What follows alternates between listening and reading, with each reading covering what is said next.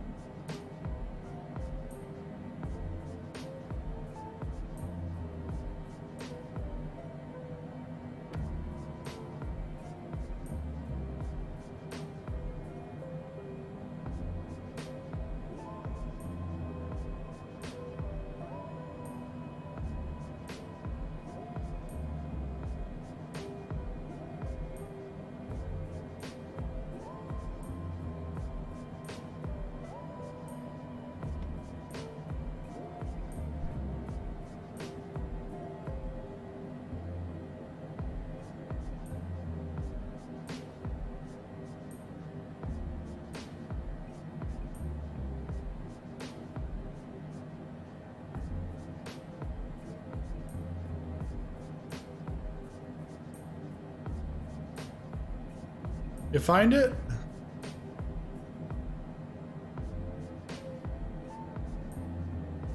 No, I haven't seen.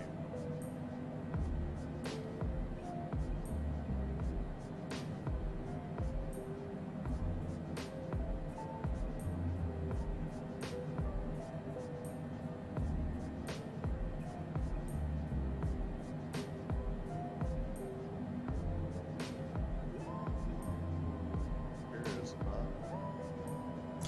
It's right off the river.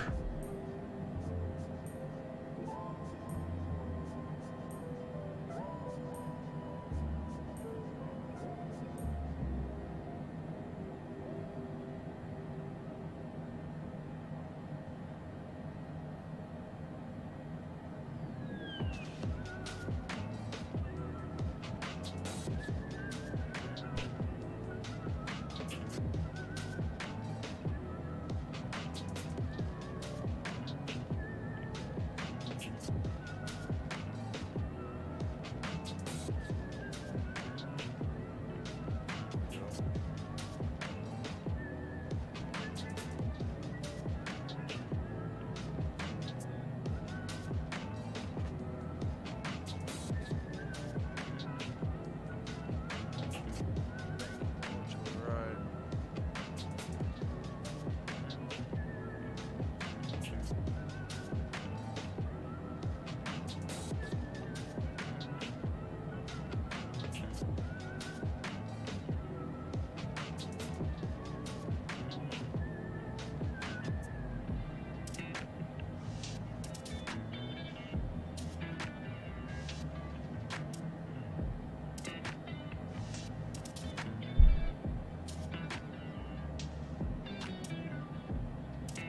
Looks like you found something.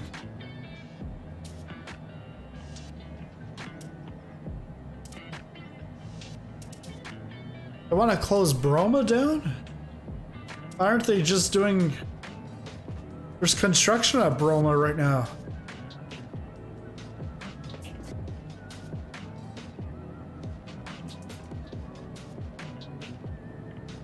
And I actually thought Bromma was like the main airport, but yeah, when I look up flight from Lime to here, it was saying to Arlanda rather than Bromma.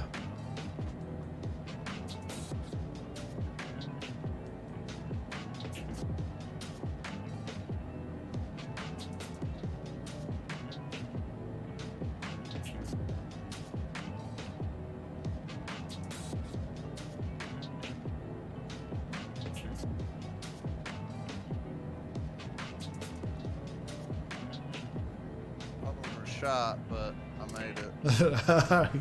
Good, because I'm gonna say Lars is coming in on the runway very shortly. I ended up in the grass, but I made it. Right, so.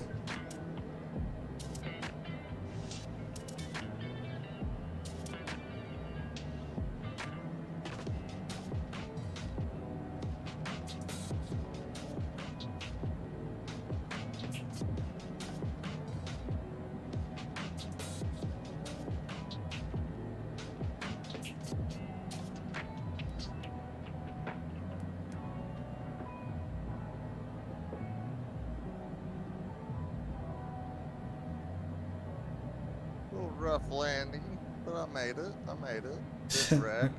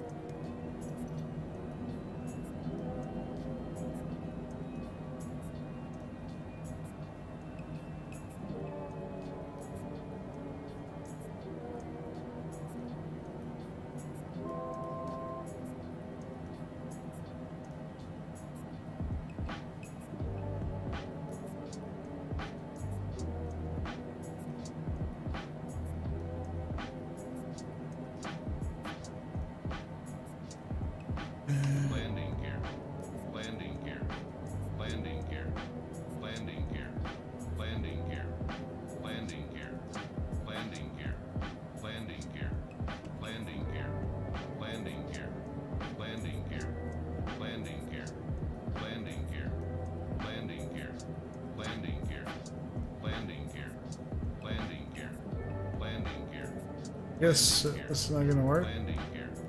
Landing gear. Landing gear. Landing gear. Landing gear.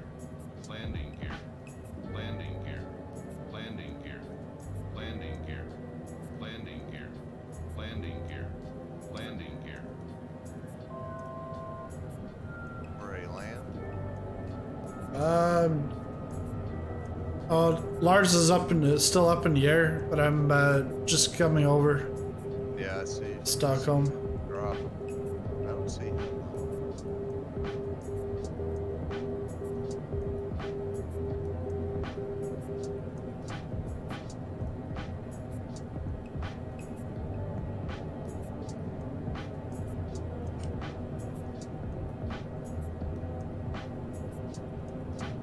Came in a bit too hot, but I still Yeah. made it past the runway a little bit, but I was able to catch her in the grass.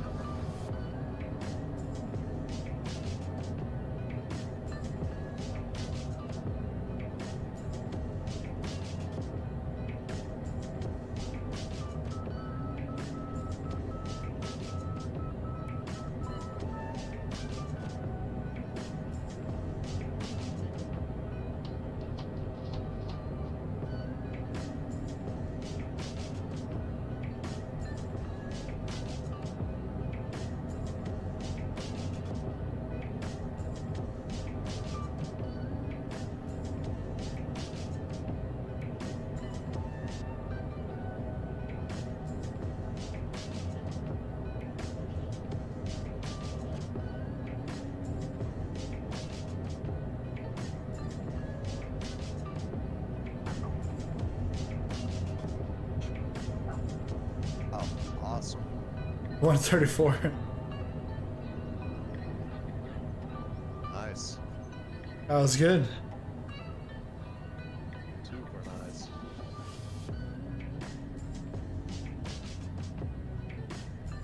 Welcome to Stockholm Bromma.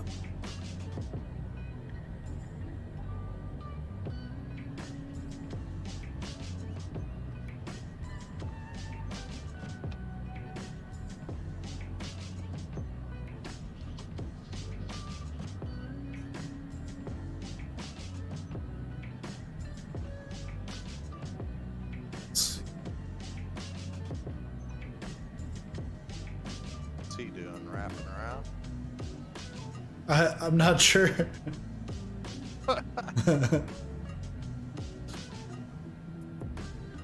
Looking at the ground.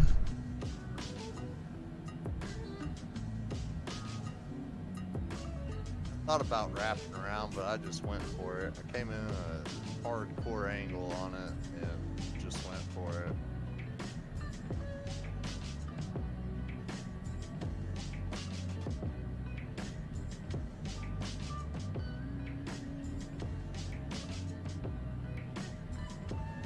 Made it without wrecking though. Yeah. That's what counts.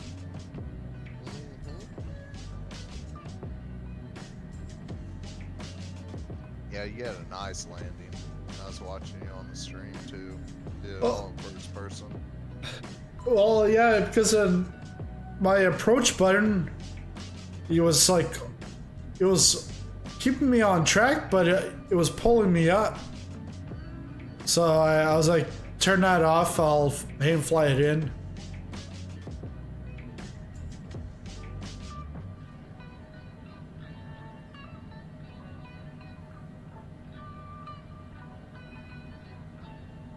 Yeah, I'm gonna go to a gate and then I'll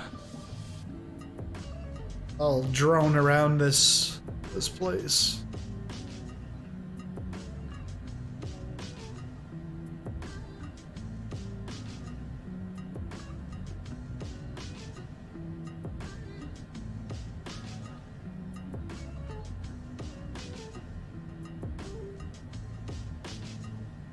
because you don't see the construction going on.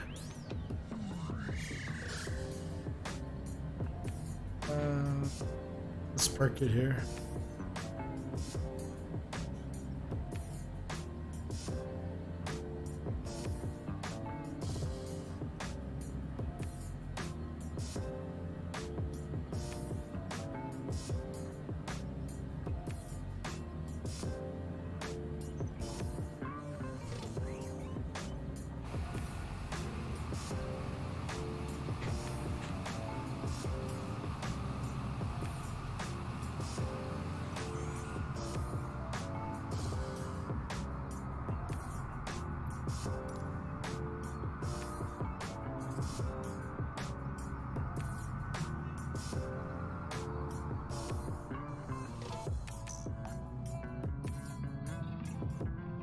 And they've done a really good job here. So what they've done is they don't, like Orbx, they didn't do just the airport. They did some points of interest in the city. So it just adds to your approach, just like the visual appeal to it. Because I could tell coming in from into runway 30, I could already see some of the POIs from far. They got like a max. It's like looks like a burger joint. Pelican self-storage.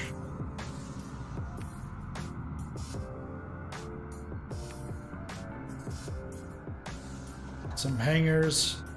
You got the shopping mall behind the airport.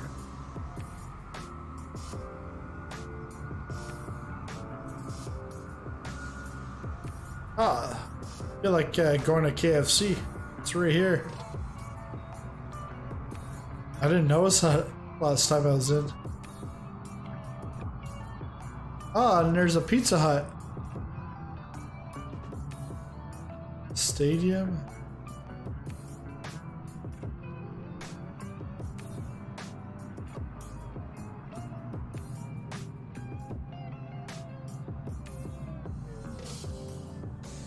I bet if we went on to the European server, there'd be a lot of people here.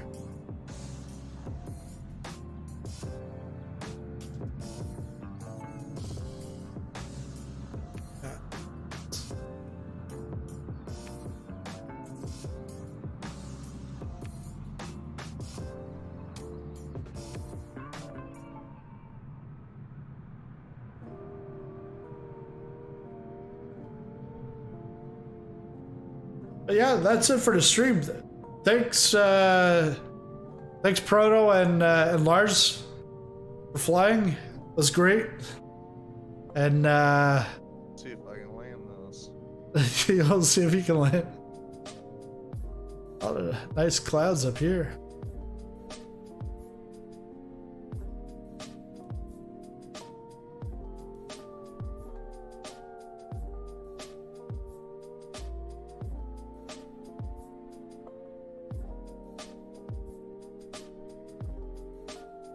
And happy flying!